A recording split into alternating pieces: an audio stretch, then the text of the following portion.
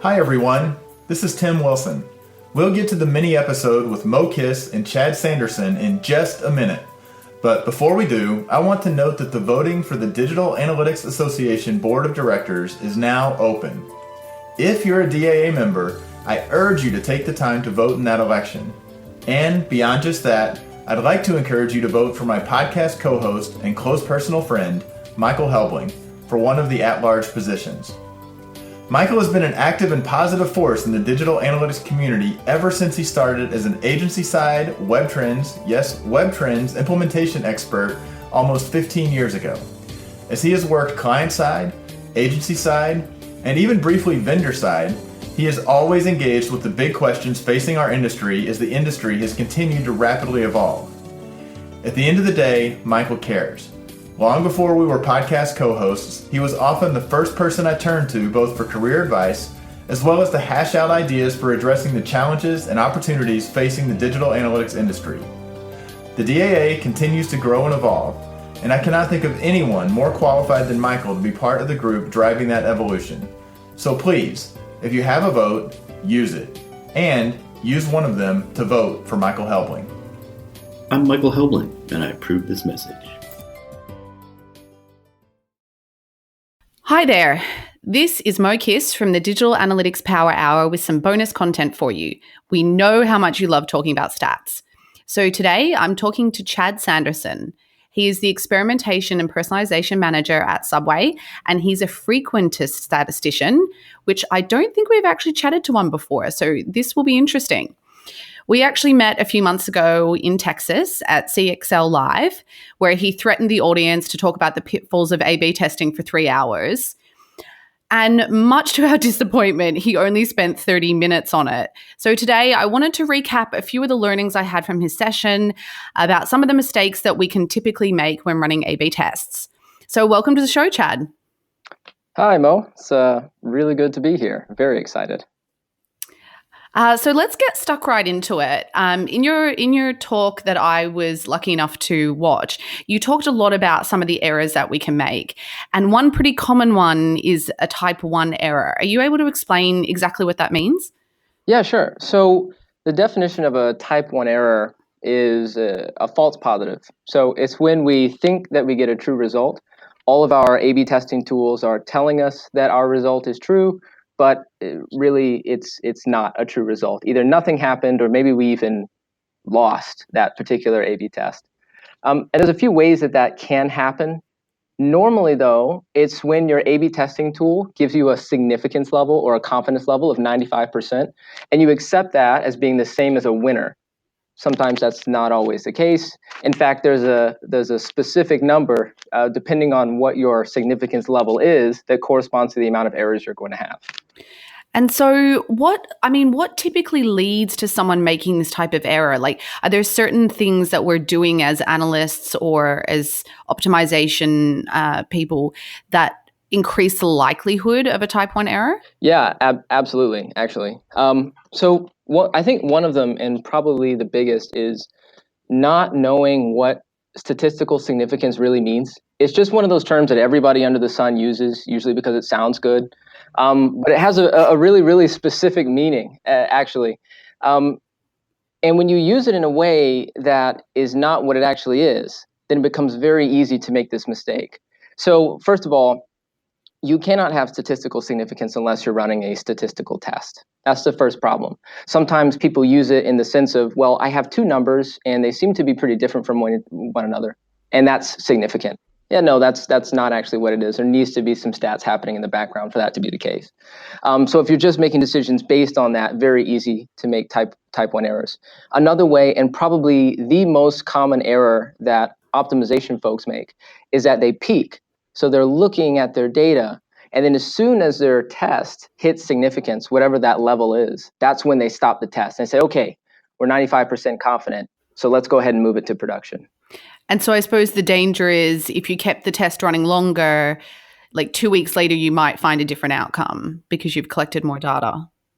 Yeah, that's exactly right. So funnily enough, not only is that the case, but under the method that most A/B testing tools use, your test is eventually going to hit significance at some point, guaranteed.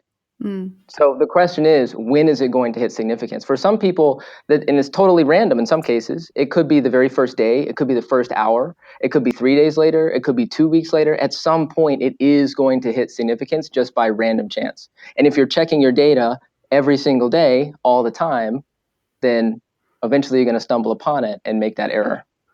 So is one of the ways that you could try and prevent this by setting like a specific time to check in rather than like refresh every morning when you go in? Like, should you be saying, okay, I'm going to let this run for 2 weeks? Like, is that a method to help alleviate this problem? Yeah, so two main ways to prevent it. Really, the first way is that you should be setting your sample sizes in advance. And there's a lot of other reasons that you should be doing this. I think we're going to talk about some of those in a second. But before you even start your test, you should be saying, this is the sample size that I need to have in order to get the result that I want to observe. It's going to take me this long, and I'm not going to stop my test until I reach that point in time. So you're only checking it a single time.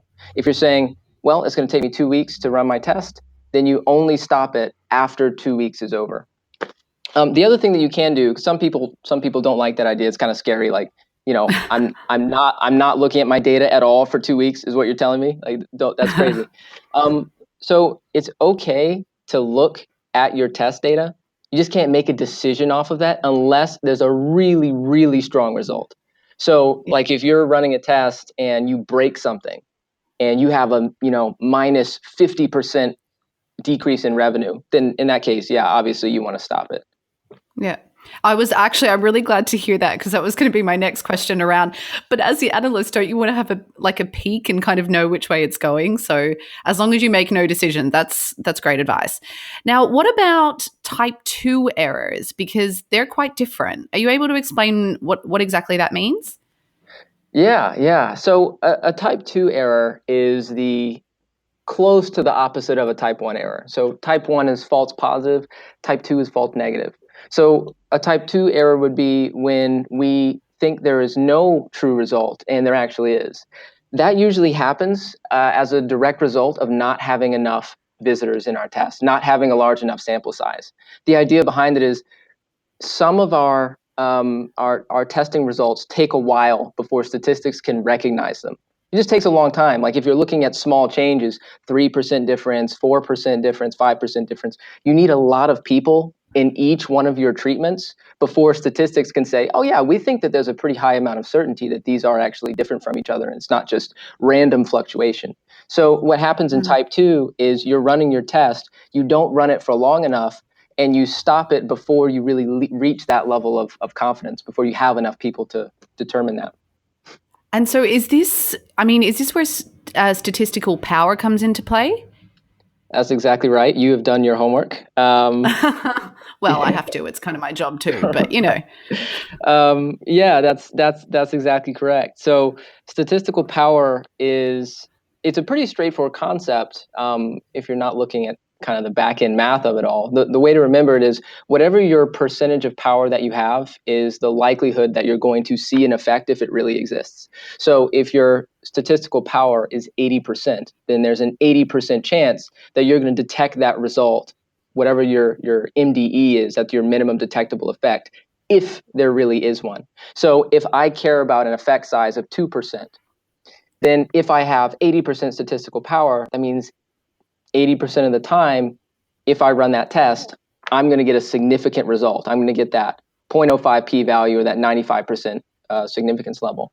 20% of the time, I'm going to get some other number that's not that, and I'm going to say this is not a true result when it is. And so would you be looking at similar methods to try and prevent a type 2 error, or like what are some of the strategies that we can use to avoid this? So type 2 errors are a little bit different. The best way to handle it is to add larger samples, right? Is to just add more people, which sounds pretty straightforward, but there's actually many, many, many different pitfalls that a lot of people aren't aware of that leads them to their tests being underpowered. One, for example, is that there's a really big difference in the type of metrics that you're using to analyze with. So if you're looking at a conversion rate, if that's your main metric of interest, that actually requires a much smaller sample size to reach 80% power than a continuous metric, which is something where the number can be anything like revenue per visitor or orders per person or number of sessions or something like that. So a lot of times these tests are underpowered because people are designing their experiments with the sample size from conversion rate calculators when really they should be using something that's much bigger. Do you by any chance know any good research? Like, I mean, no, we've chatted before about there's so much stuff online about A/B testing, and you kind of don't know what you can trust online. And I mean, where do you go when you need kind of reputable resources? There's a few really good places out there. One website that I recommend is called analyticstoolkit.com, run by a guy named Georgi Georgiev. He's a frequentist like me, and he has a lot of really great resources explaining the fundamentals of experimentation, A/B testing, significance, what all these terms mean in a way that a lot of people don't quite understand in the optimization and experimentation world.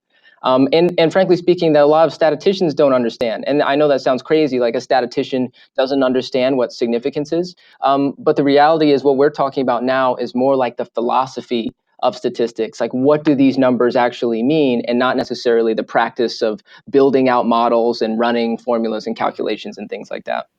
Again, I feel like we need 3 hours to cover this topic, and we're quickly running out of time. But before we go, is there any chance you could explain for us what a frequentist is? Because we've had lots of Bayesians on the show, and I'm sure our listeners would love to hear the difference. Yeah, sure. So the best way to think about Bayesian, and I'm sure people like Matt Gershoff are going to kill me for simplifying it, making this basic. But the way to kind of think about Bayesian statistics is if you are expecting to see something strongly and you see something different, that expectation that you had before is going to inform what you believe the actual outcome is going to be. Frequentist statistics doesn't allow for any of that. There's no expectations at all. Those expectations are actually called prior beliefs, and they kind of shape your probability curve. Frequentist statistics only care about the data that we observe, and we say that the data can't tell us anything except for how likely we are to be wrong, right? We as human beings and as people need to make that decision. The math can't tell us that. So we rely exclusively, or we exclusively look at the output of statistics as a likelihood of error, and that's it. Okay, I think I'm going to have to digest that one for a little bit, or perhaps we're going to have to catch up for a beer so I can get my head around that a little bit more. But incredibly huge thank you for coming on, Chad. Really appreciate it. And hopefully one day you'll decide to run that 3-hour session and we can all fly in to listen to you chat about it. Yeah, maybe so. Maybe I'll do it in Australia. That would be amazing. Thanks very much. You're welcome.